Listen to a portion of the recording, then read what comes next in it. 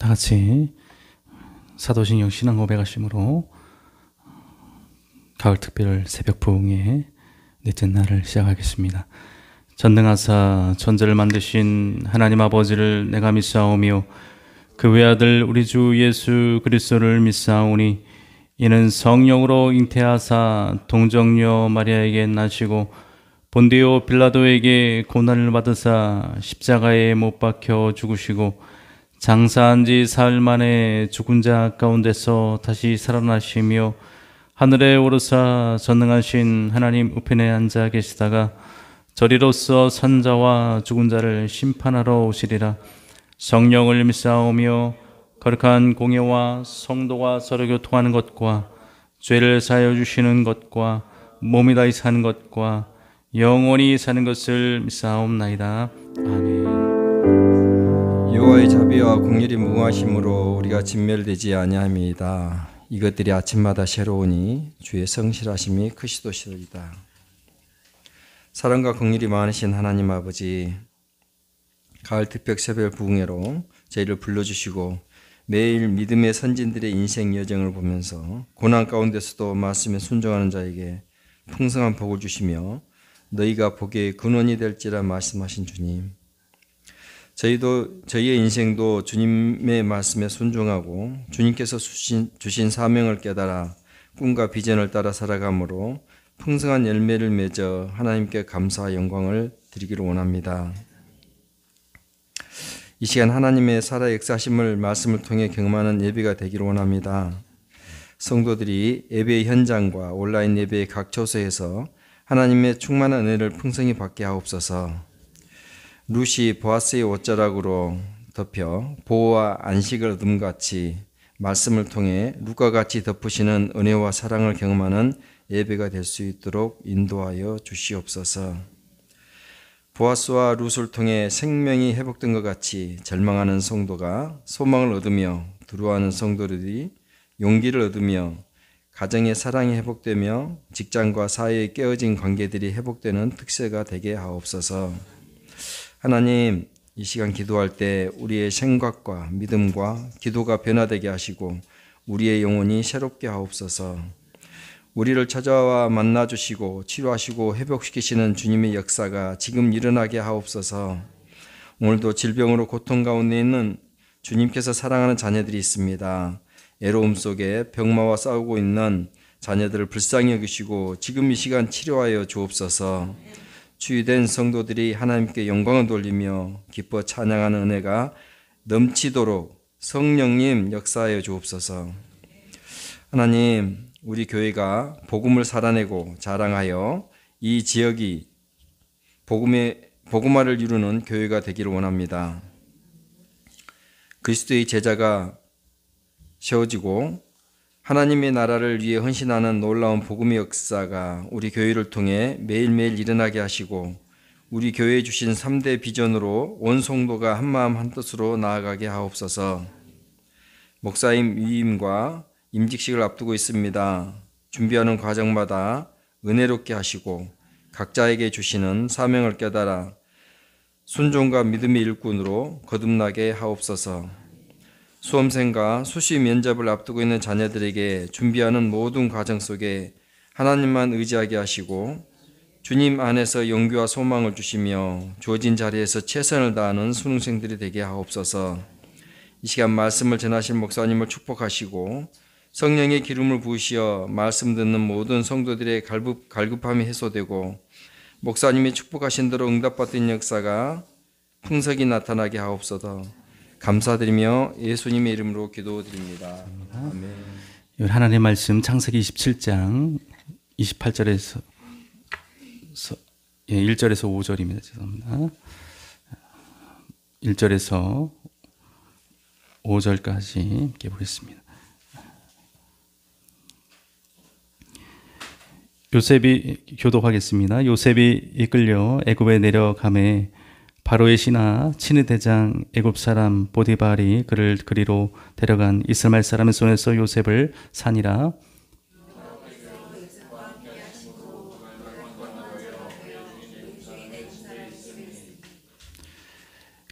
그의 주인이 여호와께서 그와 함께 하심을 보며 또 여호와께서 그의 범사에 형통하게 하심을 보았더라.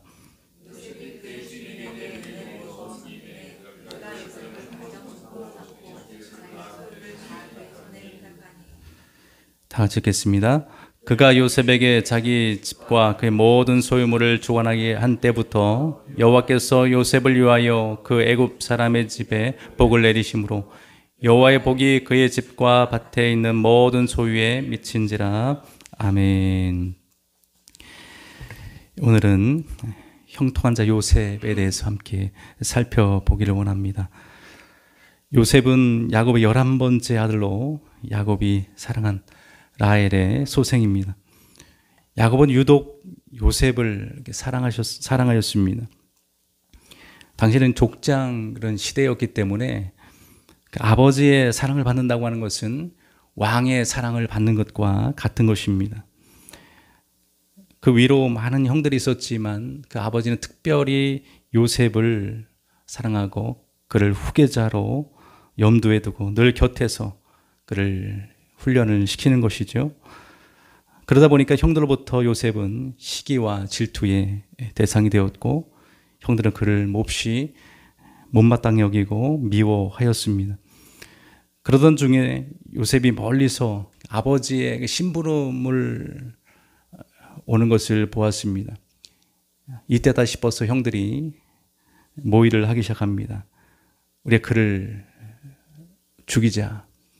그를 죽이면 자신들이 후계자가 될 수 있는 가능성이 있기 때문에 요셉만 제거하면 우리도 아버지의 사랑을 받을 수 있다라고 하는 그런 생각을 가지고 그를 죽이려고 음모를 꾸미게 됩니다. 마침내 그들은 요셉을 붙잡아 채색 옷을 벗기고 구덩이에 집어 넣게 됩니다. 근데 마침 멀리서 이스마엘 사람 애굽 내려가는 그 장사꾼을 보게 됩니다. 유다가 그렇게 권유를 합니다. 우리가 우리 동생을 죽이면 무슨 유익이 있으리요? 이를 차라리 저 사람들에게 팔아 넘기자 이렇게 말을 하게 됩니다. 그 말에 동의를 해서 형들은 이스마엘 사람에게 요셉을 팔아 넘기게 됩니다. 여러분, 우리가 하나님을 믿고 또 하나님 앞에 선택받은 구원받은 백성들은 세상이 우리를 미워하고 또 우리를 질투하게 된다는 것입니다. 하나님께서 우리를 선택하셨기 때문에 그렇습니다. 왕의 선택을 받은 자들은 세상이 우리를 미워합니다. 아버지의 사랑을 받고 아버지의 선택을 받은 요셉을 형들이 미워한 것처럼 우리도 이 땅을 살아갈 때 세상은 우리를 시기하고 질투하고 미워하는 대상이 여러분 된다고 하는 것을 우리가 기억해야 된다는 것이죠. 그래서 오늘 요한복음 15장 19절에 보면 그렇게 말하고 있습니다. 너희가 세상에 속하였으면 세상이 자기의 것을 사랑할 것이나 너희는 세상에 속한 자가 아니요 도리어 내가 너희를 세상에서 택하였기 때문에 세상이 너희를 미워하느니라 고 말하고 있습니다. 우리가 세상에 속하였으면 세상이 우리를 사랑하지만 하나님께서 우리를 세상에서 불러내어 선택하였기 때문에 세상이 우리를 미워한다라고 말하고 있습니다. 우리 하나님에 속한 하나님의 백성이기 때문에 세상이 우리를 미워하는 것, 사탄이 우리를 시기하고 질투하는 것입니다. 공격을 하는 것이죠. 그러면 여러분, 세상에서 환난을 당하고 있습니까? 세상이 우리를 미워하고 있습니까? 그것은 바로 우리가 하나님의 택한 백성이기 때문임을 기억하시면서 우리 세상에서 내가 사랑을 받고 세상이 나를 좋아한다고 하는 것은 좋아할 것이 아닙니다. 세상 사람들이 나를 좋아한다고 하는 것은 나는 어떻게 보면은 하나님의 선택받은 백성이 아니라 세상에 속한 자일 가능성이 크다라는 것입니다. 하나님의 형상이 아니라 세상의 형상을 가지고 있기 때문에 세상이 나를 사랑하는 것이 될 수 있다라는 것입니다.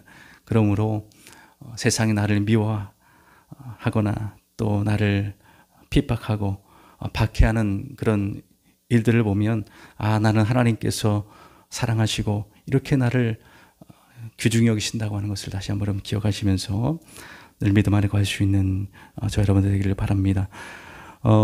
그렇게 요셉은 애굽에 사는 시위대장 보디발의 가정에 팔려가게 됩니다.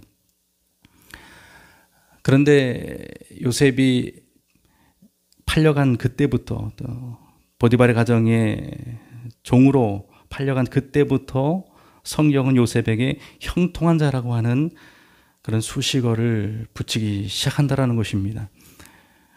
오늘 본문에 보면 여호와께서 요셉과 함께 하심으로 그가 형통한 자가 되어 그의 주인 애굽 사람의 집에 있으니, 또 그의 주인이 여호와께서 그와 함께 하심을 보며 또 여호와께서 그의 범사에 형통하게 하심을 보았더라. 또 형통이 어디서 나오냐면 요셉이 억울한 누명을 쓰고 옥에 갇혀 있을 때 그때도 요셉을 형통한 자라고 그렇게 표현을 하고 있다라는 것입니다. 간수장은 그의 손에 맡긴 것을 무엇이든지 살펴보지 아니하였으니 이는 여호와께서 요셉과 함께 하심이라. 여호와께서 그를 범사에 형통하게 하셨더라고 말하고 있습니다. 왜 요셉은 지금 옥에 갇히고 또 팔려가는 신세가 되었는데 왜 성경은 그를 형통한 자라고 이렇게 말을 하고 있는가? 상황은 전혀 형통하지 않은데 왜 하나님께서는 그를 형통한 자라고 말하고 있는가? 형통이라고 하는 것은 무엇입니까? 형통이라고 하는 것은 내가 잘 되는 것이 아니라 하나님께서 잘 되는 게 여러분 형통인 것입니다. 내 편에서 잘 되는 것이 아니라 하나님 편에서 잘 되는 것이 형통이라고 하는 것이죠. 내 뜻과 내 계획대로 모든 것이 잘 되는 것이 우리는 형통이라고 생각을 하는데 그런 것이 아니라 형통이라고 하는 것은 하나님께서 우리를 보실 때 하나님의 뜻대로 잘 되고 있구나, 하나님의 계획대로 잘 되어지고 있을 때 그것을 형통이라고 그렇게 말을 한다고 하는 것입니다. 형통이라고 하는 그 히브리어 짜라흐는 그런 의미를 가지고 있습니다. 돌진하다, 전진하다, 번성하다라고 하는 그런 의미를 가지고 있습니다. 그러니까 지금 내 상황은 안 되는 것 같지만, 지금 내 상황은 전혀 꿈이 이루어지는 것 같지 않지만, 그러나 하나님 편에서 나는 돌진하고 전진하고 있는, 번성해 가고 있는 그런 상황 속에 있다고 하는 것입니다. 근데 형통한 자 그 앞에 항상 붙고 있는 그런 말이 있습니다. 여호와께서 요셉과 함께 하심으로라고 하는 그런 말이 항상 그 앞에 따라 붙고 있다는 것이죠. 형통하기 전에 하나님이 요셉과 함께 하셨더라. 형통이라고 하는 것은 하나님이 나와 함께 할 때, 하나님이 나를 도와주시는 손길이 있을 때 성경은 그 사람을 형통한 자라고 말하고 있는 것입니다. 하나님께서 나와 함께 하심을 통해서 우리가 형통한 자가 된다는 것이죠. 지금 우리의 상황은 중요하지 않습니다. 지금 나의 상황은 그렇게 중요한 고려사항이 아닌 거예요. 지금 하나님이 나와 함께 하느냐 함께 하지 않느냐가 중요한 관점인 것입니다. 지금 어려움이 있고 고난이 있고 환난이 있어도 여러분 지금 하나님이 함께 하심을 느끼고 하나님이 함께함을 여러분 경험하고 있습니까? 그러면 그 사람은 형통한 자입니다. 근데 아무리 내가 지금 잘 나가고 막 승승장구하고 세상에서도 모든 것이 계획한 대로 막 잘 되는데 하나님이 함께하지 않는다, 하나님이 느껴지지 않고 하나님이 멀리 계신다고 하면 그거야말로 여러분 불통인 것입니다. 안 되는 것입니다. 하나님 편에서 봤을 때는 그는 잘못된 방향으로 가고 있는 것이죠. 그러나 내가 지금 내 계획대로, 내 생각대로, 내가 원하는 대로 하나님께서 나에게 주신 그 비전대로 뭔가 나가고 있는 것 같지 않고 상황이 펼쳐지지 않는 것 같다 할지라도 그 상황 속에서 하나님이 나와 함께함을 확신하고 하나님의 인도가 있다라면 아무 걱정할 필요가 없습니다. 잘 되고 있는 것입니다. 하나님의 뜻과 계획 속에서 잘 모든 것이 이루어지고 있는 것이라는 거예요. 그걸 통해서 하나님은 우리를 형통한 길로, 또 승리의 길로, 또 하나님의 영광을 드러내는 그런 길로 인도하는 그런 과정이기 때문에 그렇습니다. 그런 것을 통해서 하나님은 영광을 받으시고 그 모든 과정을 통해서 주님의 뜻이 여러분 이루어지게 되는 것입니다. 그러므로 여러분 지금의 모든 상황에서 우리는 하나님이 함께하는 자가 되어야 되고 하나님의 함께함을 통해서 우리는 형통한 자가 되어야 됩니다. 내 뜻이 잘 되는 것이 아니라 하나님의 뜻이 나를 통해 이루어지는 사람이 되어야 된다는 거예요. 이게 축복의 통로인 것입니다. 이게 복의 사람인 것입니다. 우리의 계획과 우리의 생각과는 하나님의 생각은 전혀 다르고 또 하나님의 계획은 같을 수가 없습니다. 우리의 생각과 하나님의 생각은 워낙에 이게 차이가 있기 때문에 우리의 미약한 생각과 우리의 짧은 그런 경험을 가지고서는 하나님의 원대한 계획과 꿈과 또 인도하심을 전혀 우리가 이해할 수 없다라는 거죠. 하나님을 우리가 이해하고 있다라면, 하나님을 우리가 다 아는 것 같다라면 그거는 우리가 어떻게 보면 착각일 수 있다라는 것이죠. 때로는 내 생각과 전혀 반대되는 방향으로 인도해 나가실 때가 있음을 우리는 바라봐야 되는 것이죠. 그래서 우리는 나를 통해서 영광을 받으실 하나님을 바라보며 지금 우리 모든 상황 속에서 하나님과 동행할 수 있는 하나님의 함께함을 통해서 형통한 자가 되어서 하나님의 원대한 꿈이 우리를 통해 이루어지는 축복의 사람이 되기를 원합니다. 요셉이 그 과정이 있었기에 속히 그는 하나님의 뜻을 이룰 수 있는 그런 축복의 사람이 될 수 있었던 것입니다. 그런 팔려가는 과정이 없었고 억울한 누명을 써서 옥에 갇히는 그런 상황이 없었다라면 요셉은 애굽의 총리가 될 수 없었던 것입니다. 애굽의 총리로 하나님은 그를 만들기 위해서 그런 과정들로 인도해 나가신 거죠. 그런 상황 속에서 보면 전혀 하나님이 함께 하신다고 하는 것을 우리는 때로는 상황을 통해서 발견하기가 어려울 수도 있지만 그러나 우리는 하나님이 나와 함께함을 확신하고 믿음으로 나아감을 통해서 나를 통해 영광을 받으신 하나님을 우리가 고백하고 나아갈 수 있는 승리하는 우리 삶이 되어야 될 거라고 확신합니다. 그리고 요셉을 보면 이 보디발의 가정에서 가정 총무로 이렇게 일을 하게 되는데 요셉이 가정 총무로 주관할 때부터 하나님은 그 가정에 보디발의 집에 복을 내리셨다라고 이렇게 말씀을 하고 있습니다. 창세기 39장 5절에 보니까 그가 요셉에게 자기의 집과 그의 모든 소유물을 주관하게 한 때부터 여호와께서 요셉을 위하여 그 애굽 사람의 집에 복을 내리심으로 여호와의 복이 그의 집과 밭에 있는 모든 소유에 미친지라고 말하고 있습니다. 요셉을 위하여 그 애굽 사람의 집에 복을 내리셨다라고 말하고 있습니다. 누구 때문에 그 가정에 복을 주시는 것입니까? 요셉을 위하여 그 가정에 복을 주시는 것입니다. 하나님께서는 그 어려운 순간에서도 하나님은 그를 또한 세밀하게 돌보고 계셨다라는 것입니다. 또 그 가정에서 사랑을 받는 자로 하나님께서 세워주신 것이죠. 복의 근원이 무엇입니까? 복이 있는 자가 어떤 자입니까? 복 있는 자라고 하는 것은 나를 통해서 열방이 복을 받는 것입니다. 하나님께서 아브라함에게 그를 불러내실 때 내가 너를 복 있는 자가 되게 하겠다라고 하면서 그 약속을 주신 그 내용이 무엇입니까? 너를 축복하는 자에게 내가 복을 내리고 너를 저주하는 자에게 내가 저주하리니 땅의 모든 족속이 너로 말미암아 복을 얻을 것이라 하신지라고 말하고 있습니다. 하나님께서 아브라함과 이삭과 또 야곱 또 요셉 하나님은 그들에게 복의 사람으로 축복하셨습니다.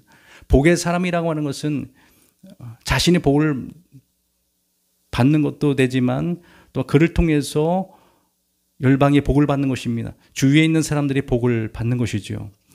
그리고 나를 축복하는 자를 하나님은 축복하고 나를 저주하는 자를 하나님은 저주하게 된다는 거예요.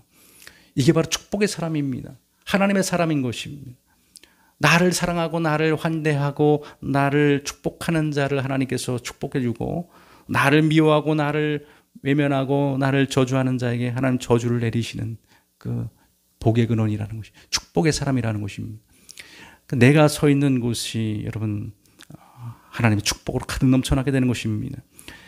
보디발은 요셉을 신임하고 그를 축복하는 자였기 때문에 하나님은 그 가정에 복을 내려준 것입니다. 여러분, 세상에서 나를 축복하는 자가 복을 받는 거예요. 여러분들을 사랑하는 자가 복을 받는 것입니다. 여러분들을 미워하고 여러분들을 저주하는 자는 저주를 받게 되는 것입니다. 그러면 여러분, 우리가 세상에서 당당하게 우리는 살아갈 필요가 있습니다. 하나님 자녀된 권세를 가지고 우리가 살아갈 필요가 있다는 것이죠. 나를 통해서 요셉을 위해서 가정에 복을 내셨다고 하는 것처럼 나를 위해서 우리의 처한 곳에 복이 임하는 여러분, 우리 복의 사람으로 이 시대에 하나님께서 우리를 세우셨습니다. 나를 통해서 교회가 복을 받고, 나로 인해서 가정이 복을 받고, 나로 인해서 자녀들이 복을 받고, 나로 인해서 직장이 또 사업장이 복을 받고, 내가 처한 곳이 나로 인해서 하나님께서 그곳에 복을 내려주시는 것입니다. 나 때문에 그 민족이 복을 받는 것입니다. 교회 때문에 그 민족이 복을 받는 것입니다. 이 민족이 복을 받는 것은 교회 때문인 것입니다. 믿음의 선진들 때문에 그렇습니다. 우리를 하나님께서 이 땅에 복 있는 자로 세워주셨다는 거예요. 우리가 없으면 이 나라는 망합니다. 우리가 없으면 우리 가정은 망합니다. 우리가 없으면 교회는 망합니다. 우리가 없으면 이 세상은 더 혼란스럽고 저주스러운 땅으로 바뀔 수밖에 없다는 거지요. 우리가 존재함으로 인해서, 우리가 주님과 동행함으로 인해서 그 땅이 복을 받는 것입니다. 우리는 그만큼 여러분 하나님의 축복의 사람이라고 하는 것을 여러분 기억하시고, 요셉이 비록 형들의 미움을 받고 또 팔려가고 누명옷을 옥에 갇혔지만, 그러나 하나님은 그가 가는 곳마다 그 처소에 그를 통해서 복을 내려주셨고, 하나님은 그를 통해 영광을 나타내시고, 하나님의 살아계심을, 하나님의 함께함을 보디발이 보고, 또 주변에 있는 사람들이 하나님이 함께하는 사람으로 그를 인정하게 되고, 그를 형통한 자라고 그렇게 사람들이 고백하게 되었다는 것입니다. 마침내 그런 모든 과정을 통해서 요셉은 하나님의 뜻을 이룰 수 있는 애굽의 총리가 돼서 하나님의 통치를 드러내는, 열방을 다스리는 하나님의 꿈이 그를 통해서 성취되고 이루어지게 되었습니다. 오늘 저 여러분들을 통해서 하나님의 꿈이 이루어지고 하나님의 뜻이 이루어져서 온전히 하나님의 영광을 온 세계 열방 가운데 드러낼 수 있는 주님의 귀한 축복의 사람들 다 되어지기를 주님의 이름으로 축원을 드리겠습니다. 기도하겠습니다. 사랑과 은혜가 풍성하신 아버지 하나님, 요셉은 아버지의 사랑을 독차지했습니다. 하나님, 아버지의 선택을 받았습니다. 그러나 세상으로부터 미움을 받았습니다. 또 팔려가게 되고 또 옥에 갇히는 신세도 되었습니다. 그러나 성경은 그를 불통한 자라고 이야기하지 않고 하나님이 함께함으로 그가 형통한 자가 되었다라고 말하고 있습니다. 지금의 우리의 모든 상황이 중요한 것이 아니라 하나님이 나와 함께하고 있는 것, 하나님이 나를 사랑하고 있다고 하는 것, 하나님이 나와 동행하신다고 하는 것을 우리가 확신하면 그 사람은 형통한 자입니다. 잘 되고 있는 것입니다. 하나님의 뜻이 나를 통해 드러나고 있는 것이고, 마침내 나를 통해서 하나님의 계획이 성취될 것이고 영광을 받게 될 것입니다. 하나님 아버지여, 우리를 통해 영광을 받으신 하나님을 온전히 바라보며 모든 상황에서 주님과 동행하고 함께하는 형통한 자가 되어서 나를 통해서 아버지 하나님, 교회가 나를 통해서 가정이, 자녀들이, 직장과 사업장이 복을 받는 그런 아버지의 축복의 사람이 다 될 수 있도록 하나님 함께하여 주옵소서. 그래서 하나님이 함께하심을 온 세계 아버지 열방이 볼 수 있는 그런 아버지 하나님 놀라운 영적인 아버지 하나님 승리의 삶을 살아갈 수 있도록 하나님께서 오늘도 우리에게 은혜와 사랑을 베풀어 주옵소서. 감사하며 예수님의 이름으로 기도드리옵나이다. 아멘.